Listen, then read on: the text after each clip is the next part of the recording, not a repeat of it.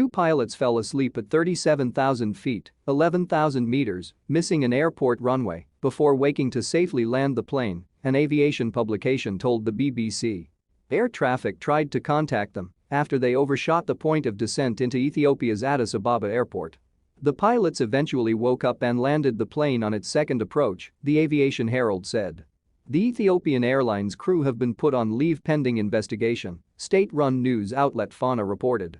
Monday's passenger flight took off from Sudan's Khartoum airport. The Boeing 737, with a 154-seat capacity, normally takes less than 2 hours on its route between the neighboring countries. Reactions to sleeping on the job ranged from sympathy with the pilot's work schedule to shock that they fell asleep on the job. "I wouldn't cast blame on the Ethiopian crew specifically here, this is something that could happen to any crew in the world, and it probably did happen. The blame lies on the corporation and the regulators," read one comment on the Aviation Herald website. Another user suggested that there was only one solution: termination. End of story. Full stop. Others saw the funny side of the story, comment on Twitter, sleeping on the job taken to new heights. An aviation analyst called the incident deeply concerning on Twitter.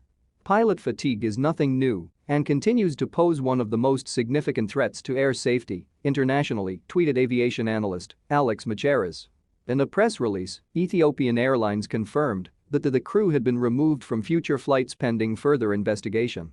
Appropriate corrective action will be taken based on the outcome of the investigation, the statement read. Safety has always been and will continue to be our first priority. This story was produced by the BBC News. iRadio was not involved in the creation of the above content. For more information, visit www.bbc.com.